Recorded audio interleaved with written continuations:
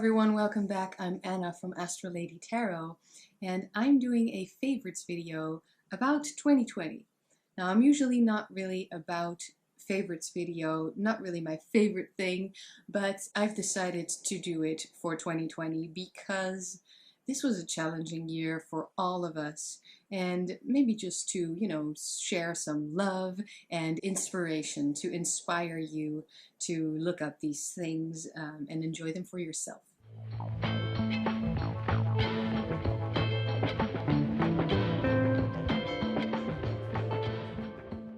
So I'm not focusing only on tarot, etc. So it's a little bit of a mishmash with what's included into this list. Also, just a quick disclaimer, apart from probably forgetting some amazing stuff, I have this thing that, let's face it, is in most of these favorites videos. I tried sticking to things that came out in 2020, except that I'm not sticking to things that came out in 2020. Let's start with decks, because that is what we love to see. The Living Altar Oracle by, oh God, is it on the box? Kiki Robinson and Ilva Mara, or Ilva Drama Marzana Radziszewski. Yes, I remember their name. I remember their names. Good. So this is an amazing oracle.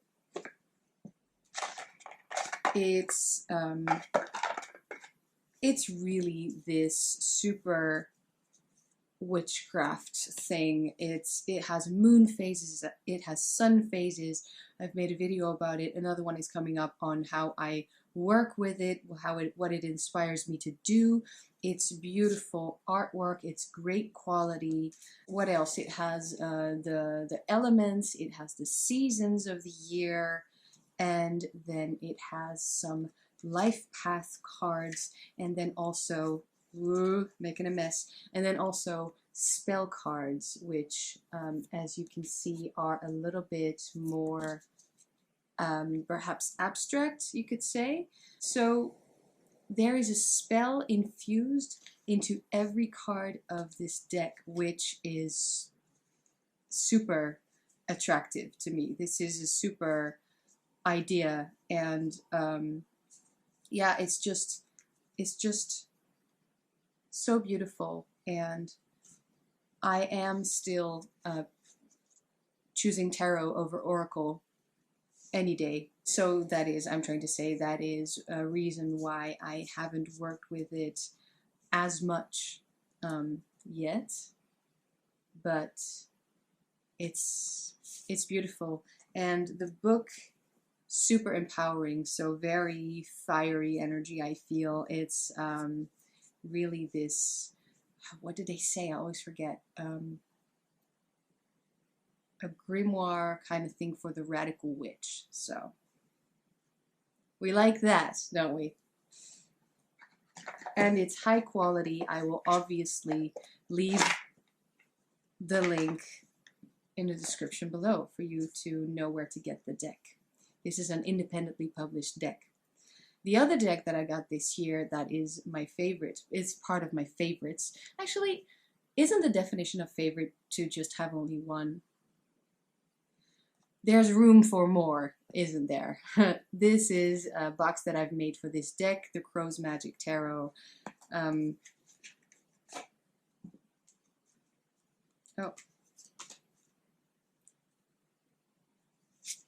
I think it's really funny that I have this weird connection with this deck, and I was able to get it this year, so thanks again to the person who sold this deck to me.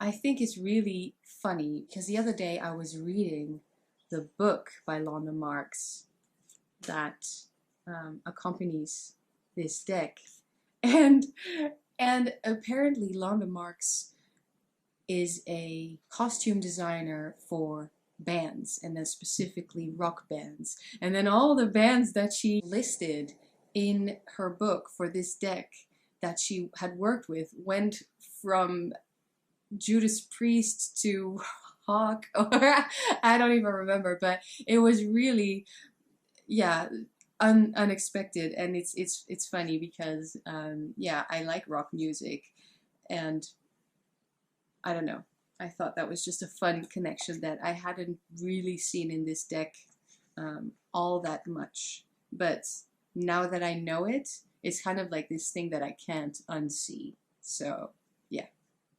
Still in the category of decks, I also seriously culled my deck collection. That's how we say it, isn't it? As in, I have less decks than ever this year. Well, not than ever, but I have less decks this year. And actually, getting rid of decks has been great for me because I am trying to, as you may know if you've seen those videos, I'm trying to get to those tarot essentials. I am trying to get a collection that I truly love. So I'd really rather not have any deck lying around that I don't actually love, you know, and just that thought alone, that I have decks that I love, even though I can't really explain why, that doesn't matter. It's just this connection, it's just relationship that we start with decks, really. And it has just been great because I'm not exposing myself to new imagery all the time, only when I'm ready for it and when I am ready for that true commitment. So this is my opinion and my view on this that I've been doing this past year right now at the moment. This might change. Maybe in a year's time I will have a lot of decks. I don't know. But for now, this is right for me, and this is also kind of part of the favorites thing that I did this year. Also, I saw just today a video about why your depth year might be failing by Candy Soul and Soil, and she was talking about that she wanted to have a depth year and that it didn't really work out. Now, she had some great points, but I am agreeing, especially because of this experience, to one of her tips, which is if you have a depth year and you do allow yourself a little bit of leeway, as in, for me, my goal was 4 new decks, there is a lot more chance that you will succeed, because 4 is a set number. That's just an example, but it's what I did.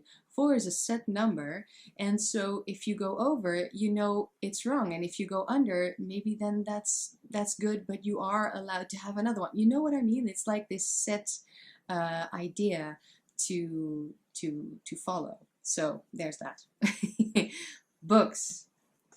I read 6 Ways by Aiden Wachter, is how we would say it in Holland. Aiden Wachter, I don't know.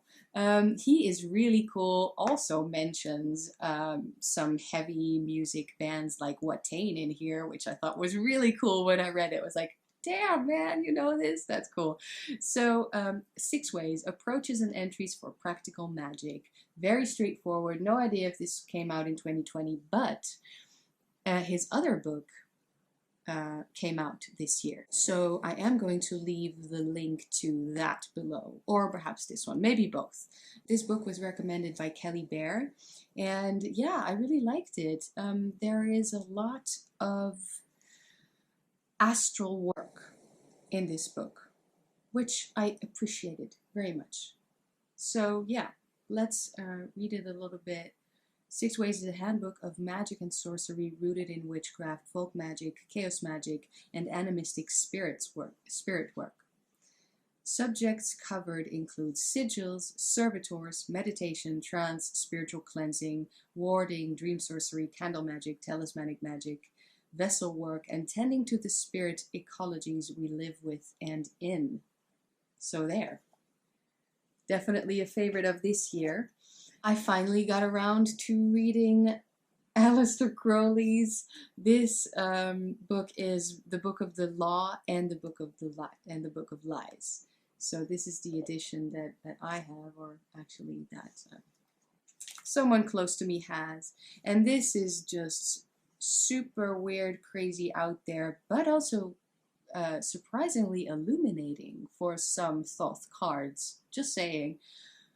Book with, yeah, these are just poems, and poems coming from a madman, and yeah, I really loved it. I liked it. I read it in probably a day.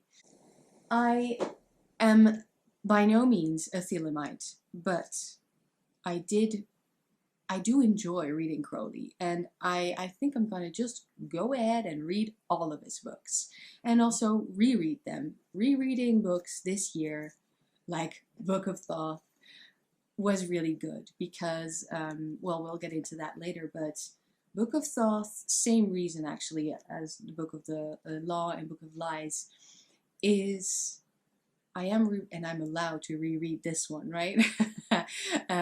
Rereading this one, I was able to take some more notes because I understood Kabbalah more. I had some more personal experience using the Thoth deck. And so reading this, which is also just crazy poetry, yeah, amazing. And you know what? This book is difficult to read, it's unapproachable, but if you want to get into the depth and into this amazing thing, the Thoth deck really is very deep, and you know, of course, it's our own perception onto the cards, but it's just so, I can't explain it. It's beautiful and really worth learning, worth delving into.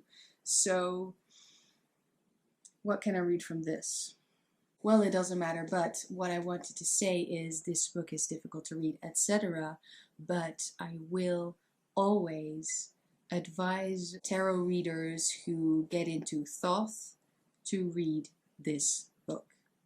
Get into that fiery, crazy, mad, genius vibe with Crowley.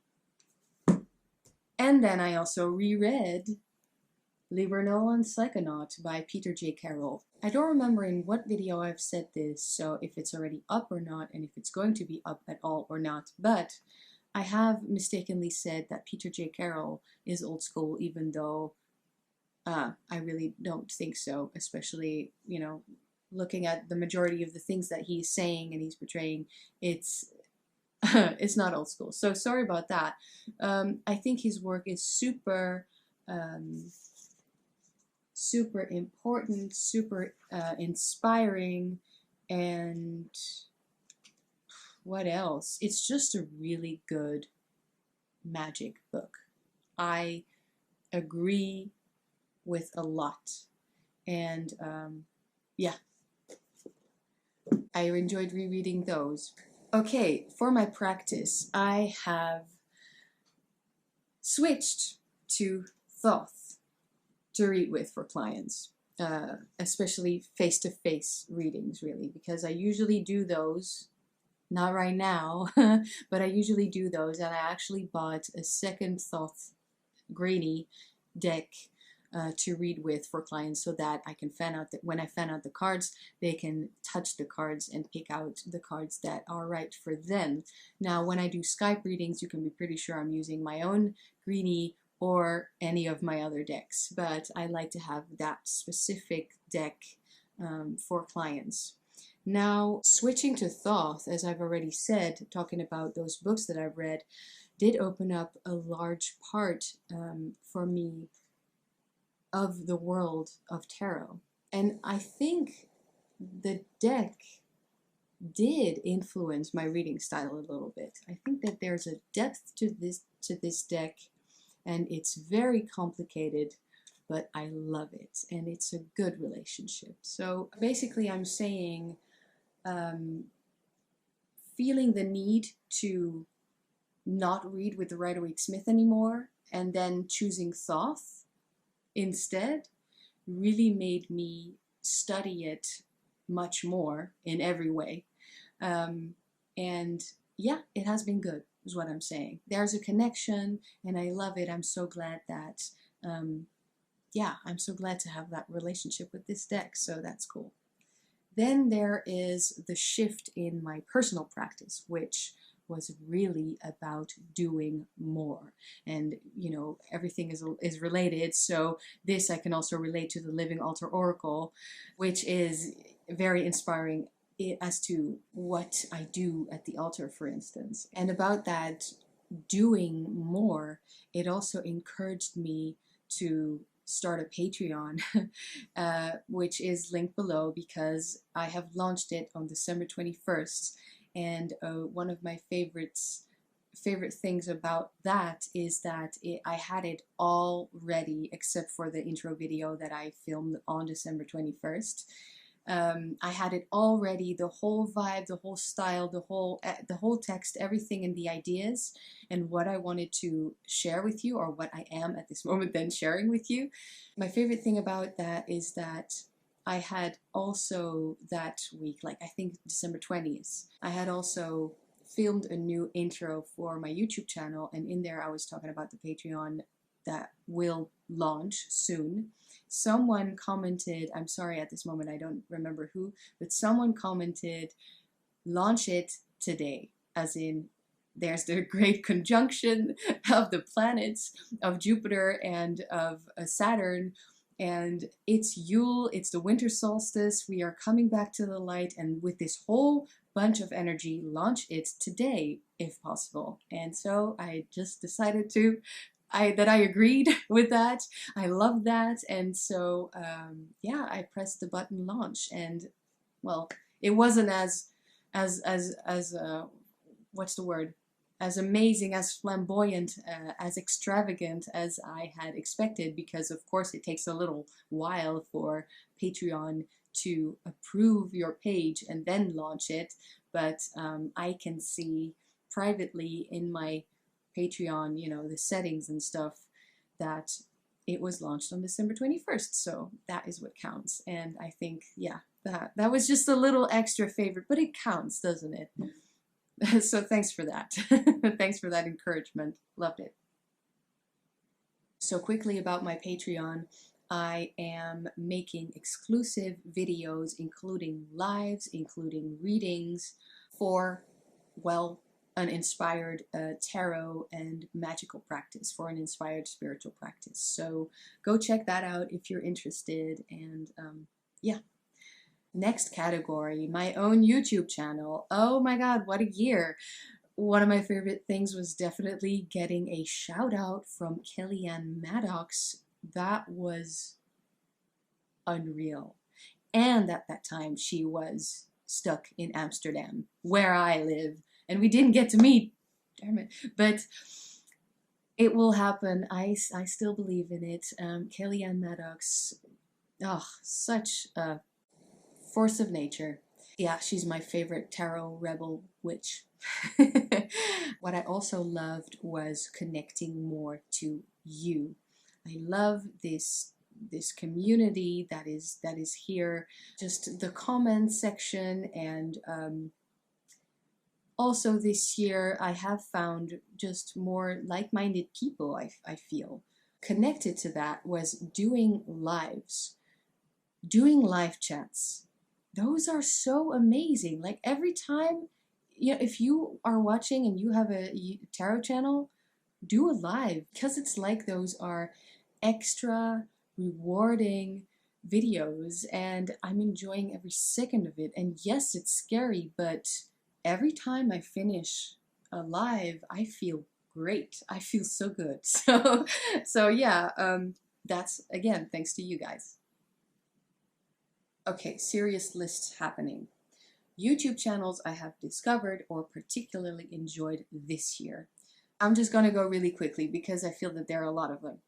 James Feeney, killing it with the tarot spreads. Lennon Smith constantly blows my mind with her incredible ideas, in her incredible mind. Fierce and Pretty is showing amazing, Nature is showing amazing how her practice is evolving.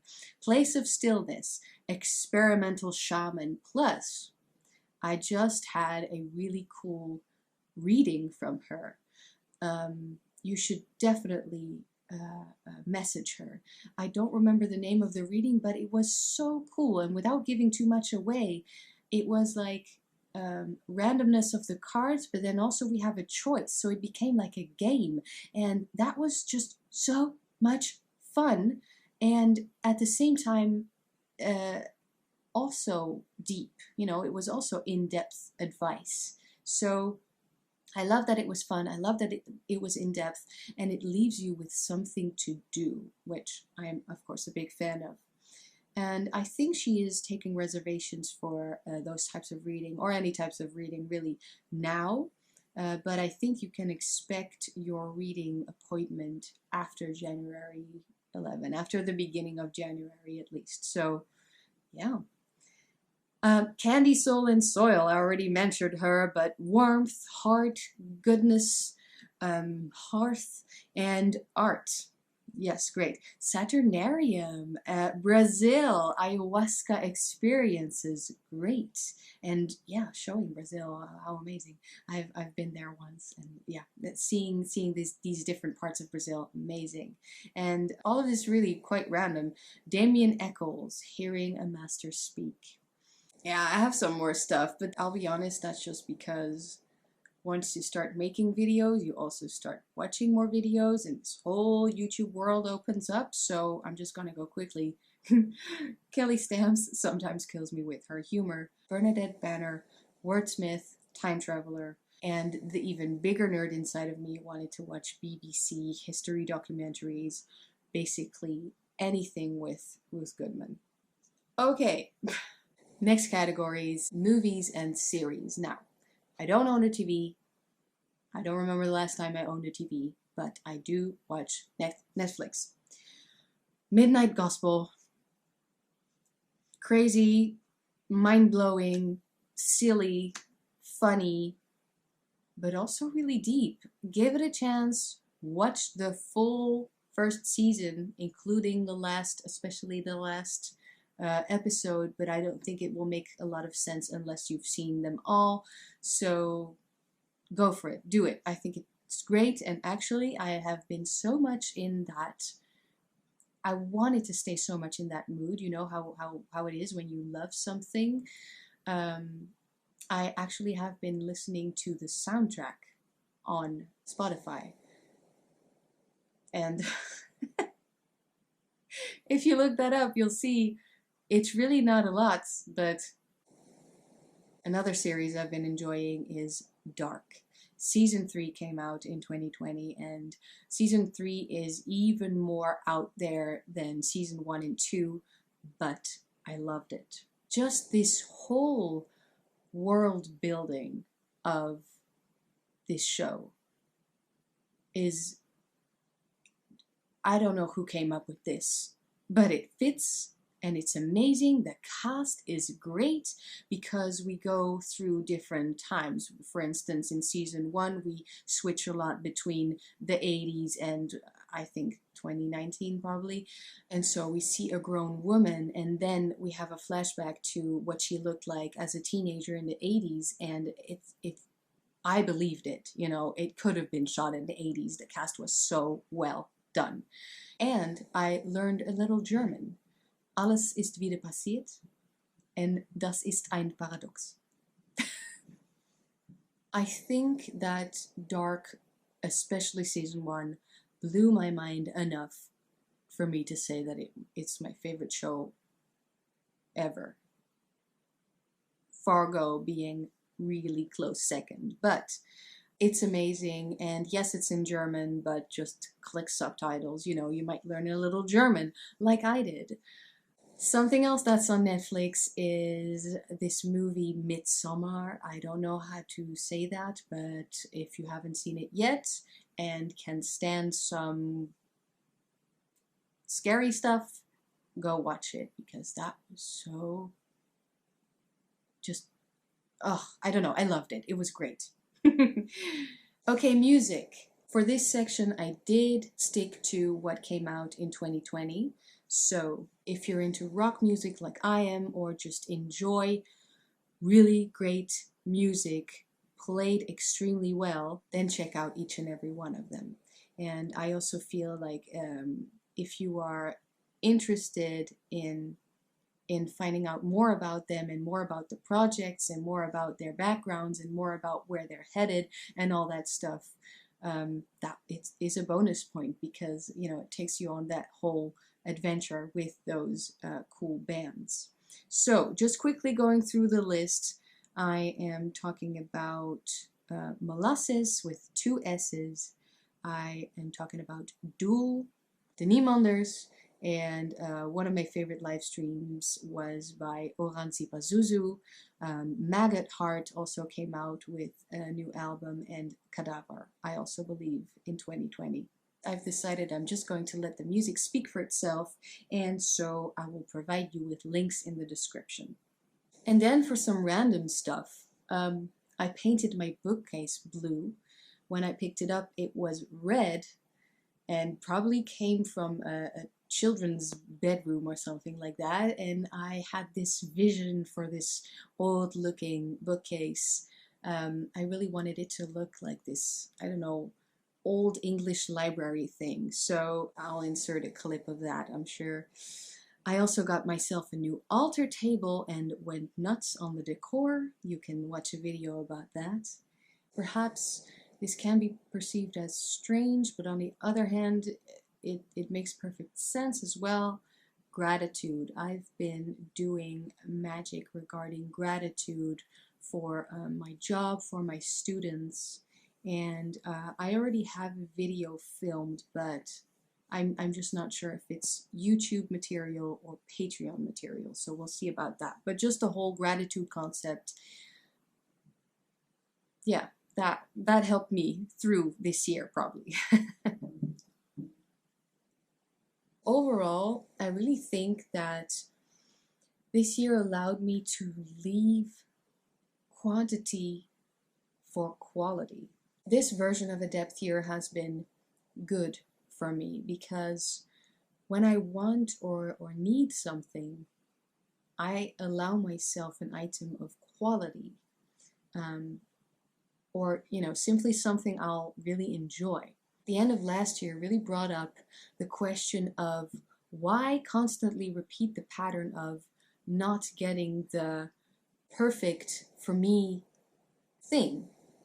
Why waste money on something that I will like less than the thing that I actually want? You know what I mean? So this is a really strange epiphany or idea. It's not always about how much something costs. It's about what it's worth. This, of course, works both ways, but it's just nice, I think, to realize that different mindset.